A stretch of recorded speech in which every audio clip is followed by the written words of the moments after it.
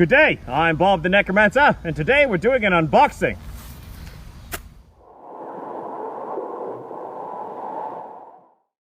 Can an average Joe bring this Jeep back from the dead? Let's find out. This 1990 Jeep Cherokee XJ has been sitting since around 2010. I picked it up on a whim about 4 years ago for $300. It was in a really sad state and I knew I had my work cut out for me. The floors and rockers were completely rotted out, the suspension was shot, and the motor hadn't run in years. My wife thought I was crazy for buying it. She was right. But I wanted a challenge. I wanted to see if I could perform some mechanical witchcraft and bring this thing back from the dead.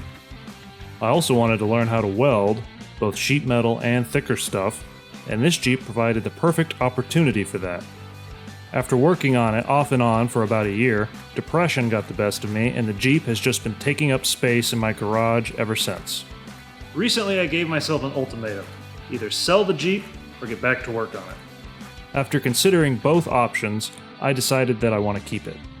I want to succeed in my original goal of bringing this Jeep back to life. But I'm no mechanic, I'm just a regular guy with a socket set. Can I pull this off? I don't know. Only one way to find out. First, let's go over this Cherokee a bit more in a segment called The Good, the Bad, and the Ugly. Good. The unibody itself is in solid shape. When I pulled up the vinyl flooring that was in this Jeep, the floor pans were a disaster. But I was pleased to discover little rust on the inside of the unibody. I did go ahead and clean them up and coat them with POR 15 for good measure. Bad. As previously mentioned, the floor pans. I did begin the process of welding in new floor pans though. Ugly. My welds. Good. To strengthen the unibody even more, I purchased stiffeners for the entire length of the Jeep. Bad. I found welding these in to be extremely difficult, so I never finished burning them in. Ugly. My welds. Good. It has a disc brake Dana 44 rear axle out of a Jeep TJ that I cut off the bracketry for and began the process of setting up for the leaf spring rear of the Cherokee.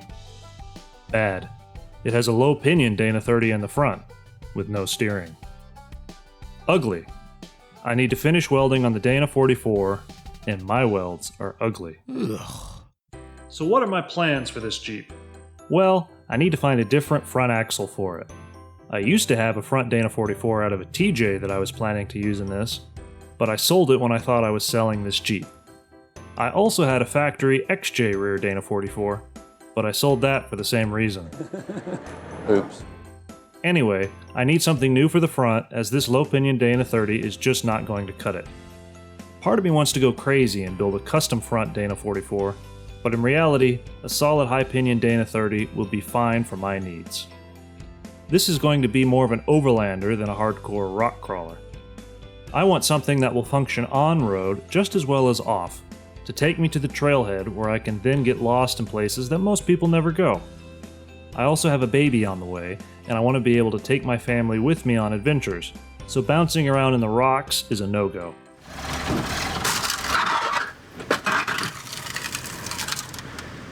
You are so dumb. You are really dumb. For real.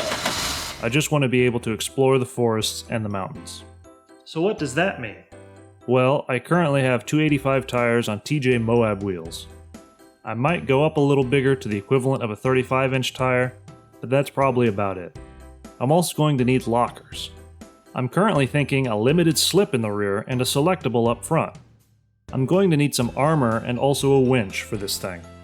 Oh, and not to mention that I'm going to need some steering before I can go anywhere. And I need to get the motor running. Minor details. So where do we start?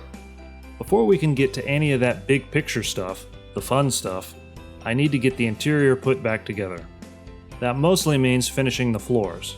I need to clean off the surface rust that has started since I last worked on it and finish buttoning everything up. Then I need to finish welding on the unibody stiffeners. After those welding projects are done, a lot of grinding and painting will take place. Once those things are done, we can start looking towards more fun stuff, like getting this thing running. To do that, I'll need a new gas tank and fuel pump assembly, as well as some new hoses.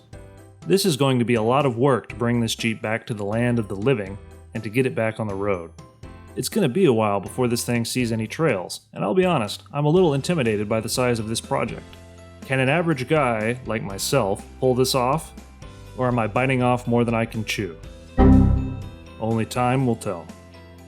In the next episode of the Project Necromancer series, work begins.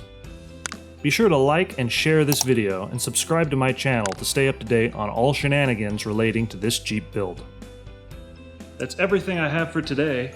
I'll see you next time on Up a Creek. Cheers!